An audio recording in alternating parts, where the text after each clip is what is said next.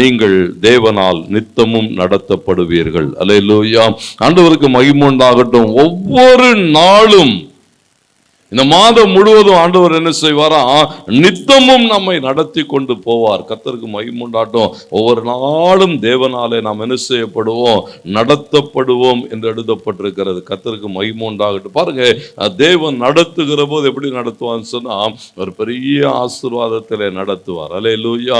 கர்த்தருக்கு மகிமை உண்டாகட்டும். அங்கே என்னோடு கூட சங்கீதங்களின் புத்தகம் 23ஆம் சங்கீதம் 2வது வசனம் சொல்லுகிறது, ஆண்டவர் தம்முடைய பிள்ளைகளை நடத்துகிற போது அவங்களுடைய தேவைகள் சந்திக்கப்படும்படியாய் ஒரு பெரிய ஆசீர்வதிக்கப்பட்ட இடத்துக்கு நேராக நடத்துகிறார். வாசியுங்கள்.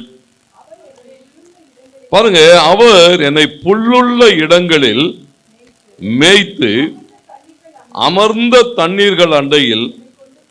அப்போ தேவன் தம்முடைய பிள்ளைகளை எப்படி நடத்துவான்னு சொன்னா, நம்முடைய பிள்ளைகளுக்கு எவைகள் தேவை, பிள்ளைகளுடைய காரியங்கள், கர்த்தருக்கு மகிமை உண்டாகட்டும். பாருங்க, அந்த சூழல்கள் எல்லாம் அந்த வசனம் சொல்லுகிறது, மகா வறட்சியான காலங்களாக இருக்கலாம். ஆனாலும் அவர் என்ன செய்வாராம், எங்கே என் ஆடுகளுக்கு புல் கிடைக்கும், எங்கே என் ஆடுகளுக்கு அமர்ந்த தண்ணீர் இருக்குன்னு சொல்லி தேடி தேடி அவர் என்ன செய்வாராம், தம்முடைய ஜனங்களை நடத்துகிறவர். கர்த்தருக்கு மகிமை உண்டாகட்டும். இந்த மாதம் முழுவதும் கர்த்தர் அப்படி நடத்துவார். அவர் ஒவ்வொரு நாளும், பாருங்க, இங்கே எழுதப்பட்டிருக்கிறது என்னோடு கூட எஸ்ஐயா தீர்க்கதரிசன புத்தகம் 49:10 நீங்கள் வாசிக்கிற போது ஆண்டவர் தம்முடைய பிள்ளைகளை எவ்வளவாய் நடத்தி கொண்டு போகிறார். எத்தனை விதமான ஆசீர்வாதங்கள்.